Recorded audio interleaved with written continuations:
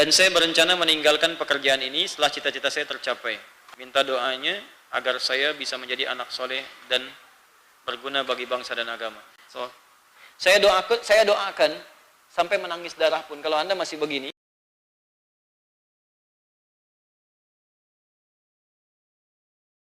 Assalamualaikum warahmatullahi wabarakatuh. Ustadz, saya bekerja di tempat yang tidak halal. Pertanyaan saya, kenapa Anda mendapatkan tempat ini? Ya, jadi kalau Anda bisa dapatkan di tempat yang halal, kenapa cari tempat yang tidak halal? Nah, tapi kalau memang sudah ada di tempat ini, ya nanti kita baca dulu sampai selesai, nanti kita cari solusinya. Dan saya berencana meninggalkan pekerjaan ini setelah cita-cita saya tercapai. Alhamdulillah saya kuliah dan ingin menjadi guru. Minta doanya agar saya bisa menjadi anak soleh dan berguna bagi bangsa dan agama. Bagaimana bisa menjadi anak soleh kalau kerja di tempat yang tidak halal? Cita-cita Anda ini apa? Cita-cita ini ngumpulin uang. Terus dari uang itu Anda gunakan untuk sesuatu. Ya. Tidak halal ini apa? Wujudnya apa? Tidak halal ini ada dua bentuknya. Ada sifat pekerjaannya betul-betul nggak halal. Sama sekali nggak halal. Ya, tempat misalnya penipuan itu nggak halal. Tempat maksiat nggak halal. Itu nggak halal sama sekali. Pekerjaannya sudah nggak halal. Pelakunya bahkan di situ. Jualan minuman yang haram itu sudah pelakunya. Ini sama sekali haram. Dan harta yang didapatkan dari situ haram. Ingat, saya tegas dalam hal ini. Harta yang didapatkan dari perbuatan maksiat haram. Harta dari menipu haram. Harta korupsi haram. Harta pencuri haram. Harta pezina haram. Kerja misalnya di fasilitas zina itu haram. Bahkan pelakunya sangat haram. Hati-hati. Ya, kerja di penjual minuman. Ya, untuk yang diberikan bahkan kepada orang-orang yang tidak minum. Artinya orang-orang beriman dan sebagainya. Dia jualan yang haram, dia pelakunya, dia tahu itu haram hukumnya. Dan ketika dia kerjakan itu, mohon maaf, itu harta yang didapatkan haram. Dan hati-hati, kalau harta haram masuk ke perut, itu dua konsekuensinya.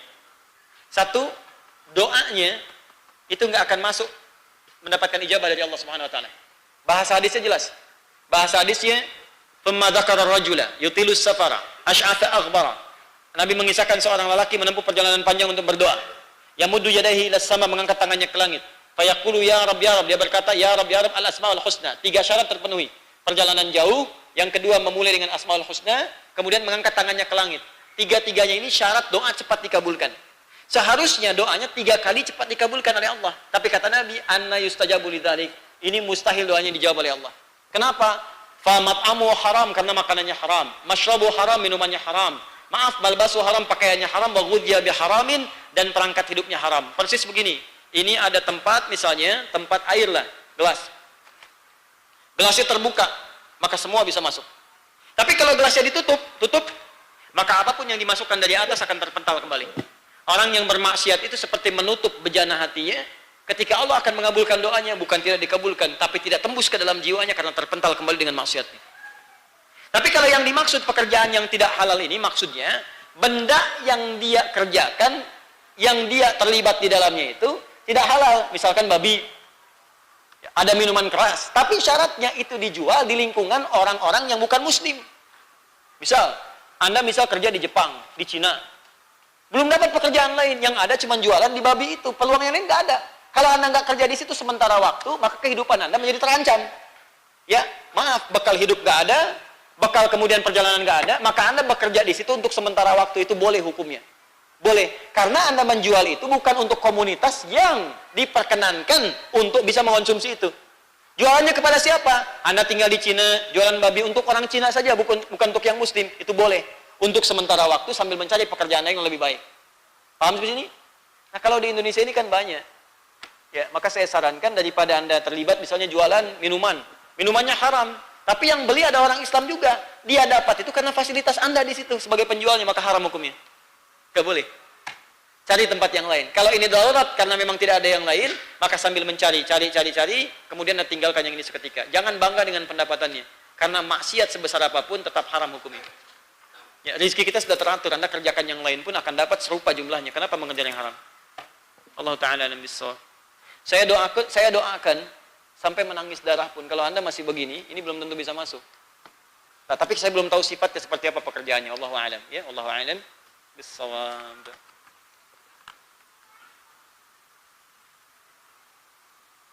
Mohon doa untuk bapak, adik dan kakak saya yang belum beriman untuk dapat bersyahadat dan beriman kepada Allah. Insyaallah.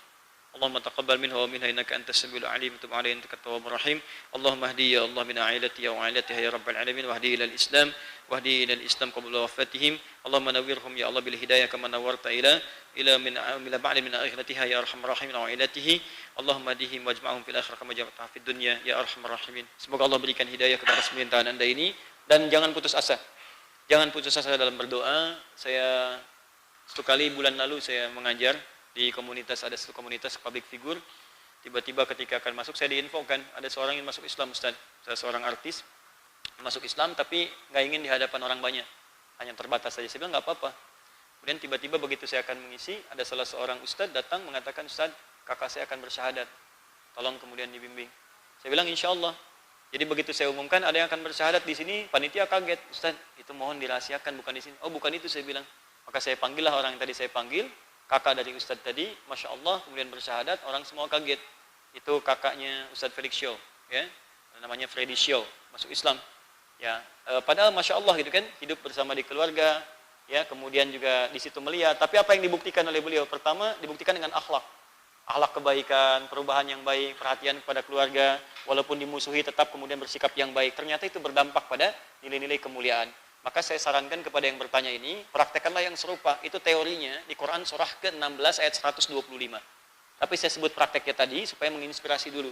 Ya, jadi jangan sampai walaupun nanti tadi ada adik kakak misalnya masih kasar, belum menerima Islam, maka balas dengan perlakuan lembut. Ya kata Allah, ud'u ila sabili rabbika bil hikmah. Ajaklah orang ke jalan Tuhanmu, kenalkan Islam dengan hikmah. Apa hikmah yang pertama ini? Hikmah itu bisa kata-kata bijak, bisa tindakan yang baik, bisa keburukan dilawan dengan kebaikan. Jadi kalau dia mencela, balas dengan hal-hal yang baik. Kalau ada hadiah, kirimkan. Kalau ada makanan, bagi. Berbuat jujur, berbuat baik. Sehingga dengan akhlak itu lebih cepat memberikan jalan hidayah kepada yang bersangkutan dibandingkan dengan kalimat-kalimat ajakan-ajakan biasa. Wallahu ta'ala a'lam bis-shawab. Saya ibu berumur 44 tahun, alhamdulillah.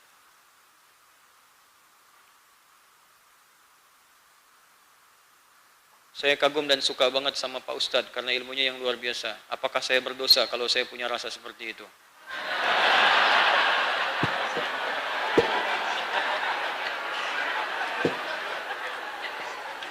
Ya sepanjang ibu senang dengan ilmunya nggak apa-apa. Tapi kalau mulai mencintai saya itu bermasalah. Ya, cinta pada ulama, cinta pada orang-orang soleh itu boleh. Yang dimaksud bukan cinta pada fisiknya, bukan, tapi cinta pada keilmuan, cinta kepada amal-amal solehnya untuk diikuti. Bukan untuk dikultuskan, itu yang salah, awas hati-hati. Bukan untuk dikultuskan, tapi untuk diikuti. Ya, makanya banyak dulu para ulama pun sering memandang ulama-ulama lain. Datang, minta istifadah. Ini banyak ulama-ulama datang ini.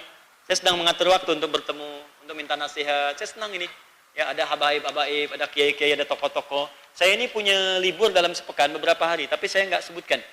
Ya, libur itu bukan libur sebetulnya untuk belajar lagi, untuk mengingat wajah-wajah yang kita pernah taklim, kelihatan, berdoa lagi, untuk mengevaluasi pelajaran yang kita pernah sampaikan. Kalau ada yang salah, koreksi lagi. Ya, ada yang benar, sempurnakan kembali, bertanya-tanya lagi, belajar kembali. Ada waktunya. Nah, ada kebiasaan para ulama dulu, itu kalau hatinya sedang futur, ada yang gelisah, itu datang hanya untuk melihat aja. Lihat wajah ulama yang lainnya. Ada yang datang untuk melihat Nabi saja, ya. Ada yang kemudian untuk belajar dari akhlaknya dan sebagainya. Jadi kalau yang dimaksud menyukai, mencintai ini, menyukai misalnya ada hal-hal yang baik lah sifatnya, yang kira-kira bisa diikuti, silahkan. Tapi jangan sampai ke pengkultusan sifatnya. Ya, jangan dikultuskan karena manusia itu pasti ada salahnya. Ketika terlampau berlebihan, maka Anda tidak akan bisa melihat kesalahannya yang harus ditinggalkan. Ya, jelas ya? Ya, semoga Allah muliakan ibu dan keluarga ibu serta suami ibu dan anak-anak ibu insyaallah.